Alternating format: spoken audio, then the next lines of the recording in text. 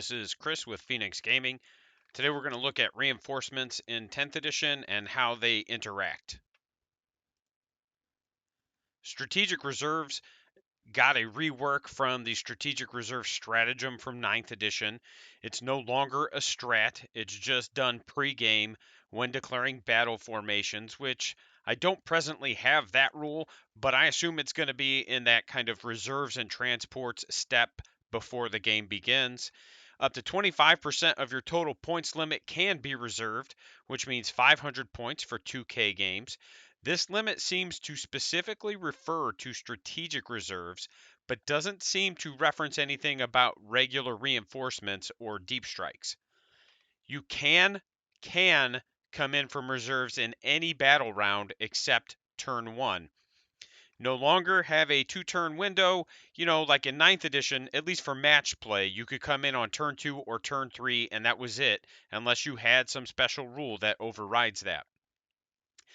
They still count as being destroyed if your models aren't on the table. Time clock is in effect. So if it's just the end of the battle, if they're still off the table, they count as being destroyed. Turn 2, you can come in wholly within 6 inches of a battlefield edge, but not in enemy deployment zones.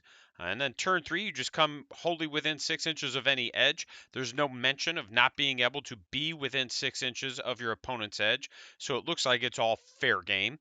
You must be 9 inches away from enemy models. And again, there's no mention of being within 9 inches if you're within your own deployment zone and 1 inch of your own table edge.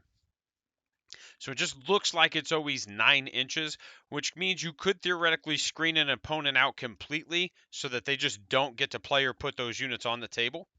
Reinforcements, on the other hand, is just the kind of generic rule for starting off the table.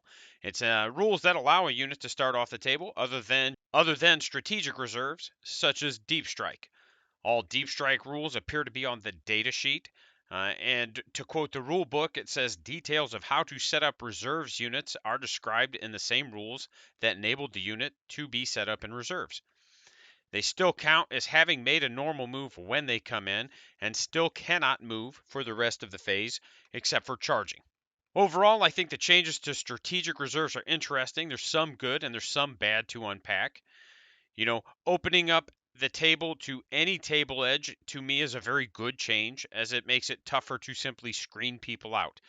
I can think of multiple games in 8th and 9th edition where people would put stuff in strategic reserves and I would just screen them out by running the edge of the board, and I could leave a big portion of my side unprotected because they just couldn't come in there anyway. So that's a good change to me.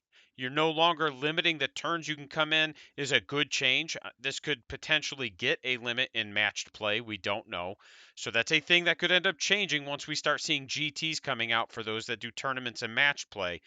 Just right now, the core rules, there's no turn limit. Taking away the ability to come within 9 inches if you enter on your own table edge, I don't think that's a good change. Honestly, I think it's the only really bad change here, because you can still, you can just potentially screen people off the table then.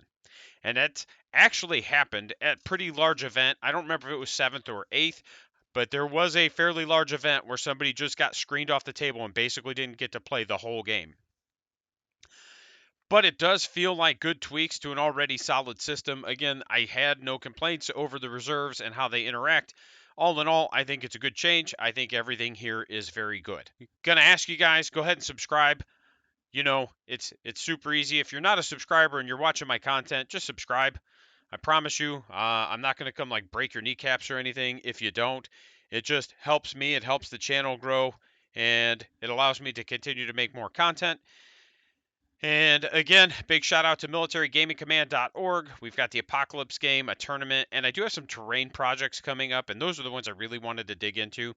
I've got some craters I'm going to be making, and I've got some sort of rocky formation. I haven't narrowed it down yet that I'm going to be making, and I'm going to do videos on at least the crater and see how everybody responds, and then we'll kind of go from there. And then I've got this really cool Halo Mantis kind of vehicle action figure thing that my son and I are going to be converting into a bunch of different pieces of rubble or ruins. So some cool some cool projects coming up. Big shout out to my immortals, Captain Too Tall, The Real Donnie G, and Lord Wellingstone. You guys are awesome. I appreciate you. As always, thanks for watching. Links on the screen, links in the description. Have a great day.